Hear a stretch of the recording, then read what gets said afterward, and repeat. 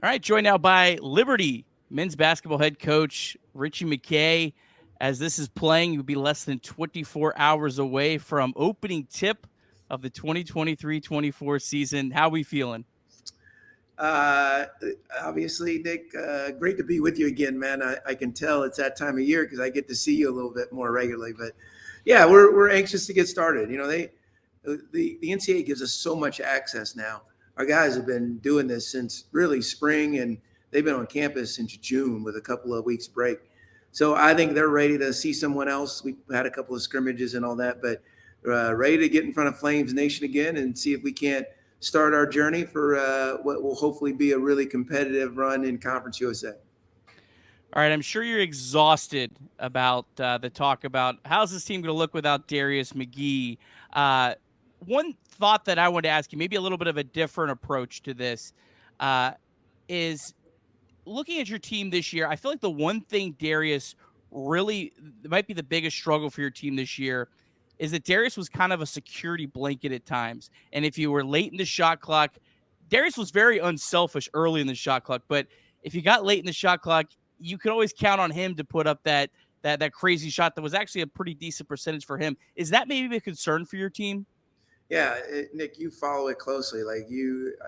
I really compliment you on your basketball acumen because especially Liberty basketball. And you're right, Darius. And you said crazy shots, but my man, we over 5 years, we saw him make the crazy look normal. So for us, he just had that fortitude to take over at the end of the game. I'm gonna help us score a basket, and it was such a great asset of ours. And I would call it security blanket, yes, and even more so, we encouraged him to do it. Not just the coaching staff, but his teammates.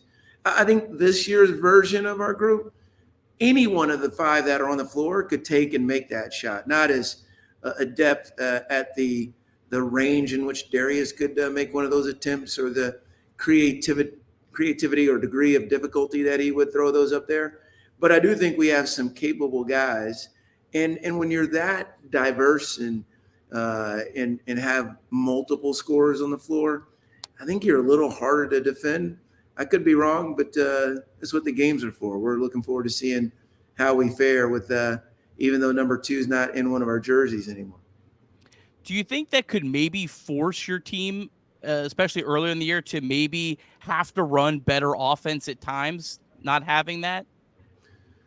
Yeah, I don't know what our rankings were offensively. I got Derek Johnston, who is a phenomenal coach. He's one of our associate head coaches. He really runs the point of our offense. He could probably give you the analytics side of it better than I, but I do think our guys were pursuing of getting a great shot. And I think this year's version of Liberty basketball will certainly be in that lane.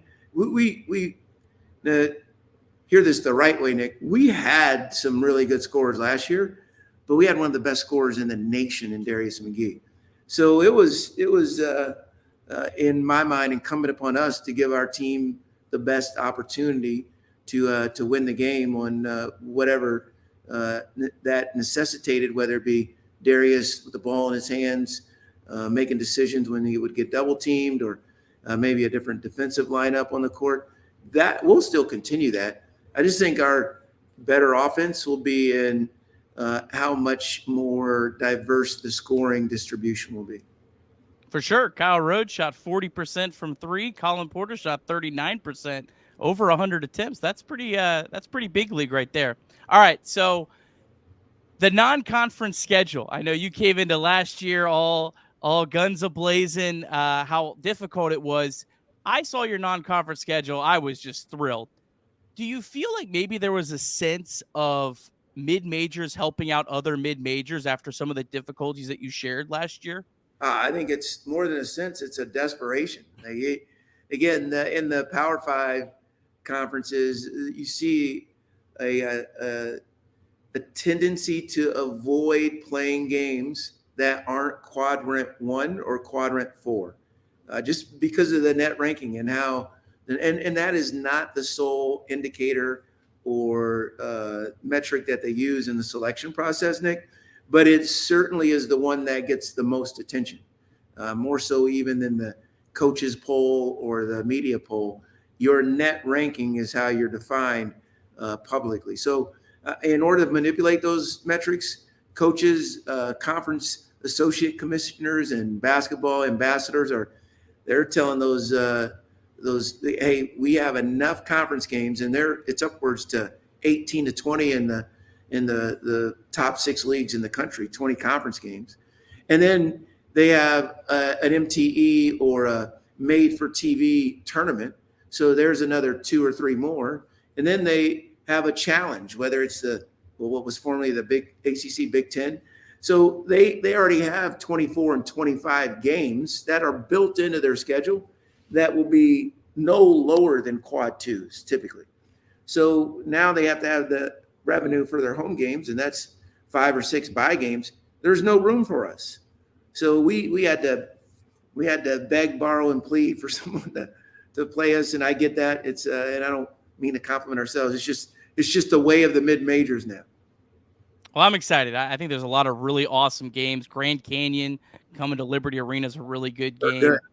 Obviously, FAU, they played the Final Four last year, and Charleston, really great program. So definitely excited for that.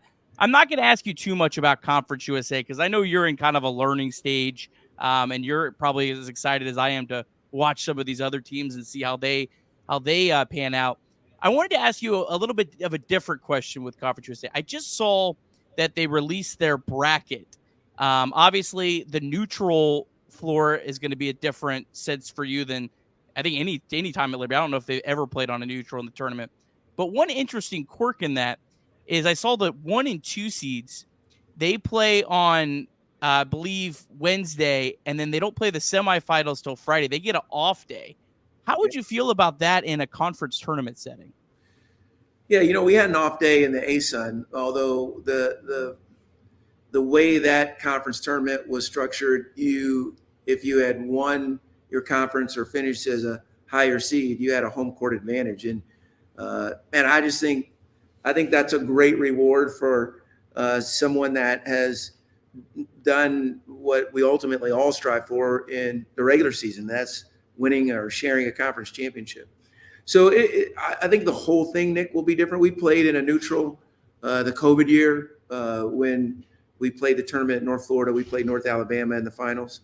But other than that, I think in the 5 of the last 6 years, we played at Radford, at Lipscomb, home against Lipscomb, and then neutral floor, North Florida, and then at Kennesaw last year. So, our group is pretty battle tested. I like the experience that we have going into the season because not only have they played together, but they've experienced hard games together and been victorious in a lot of those.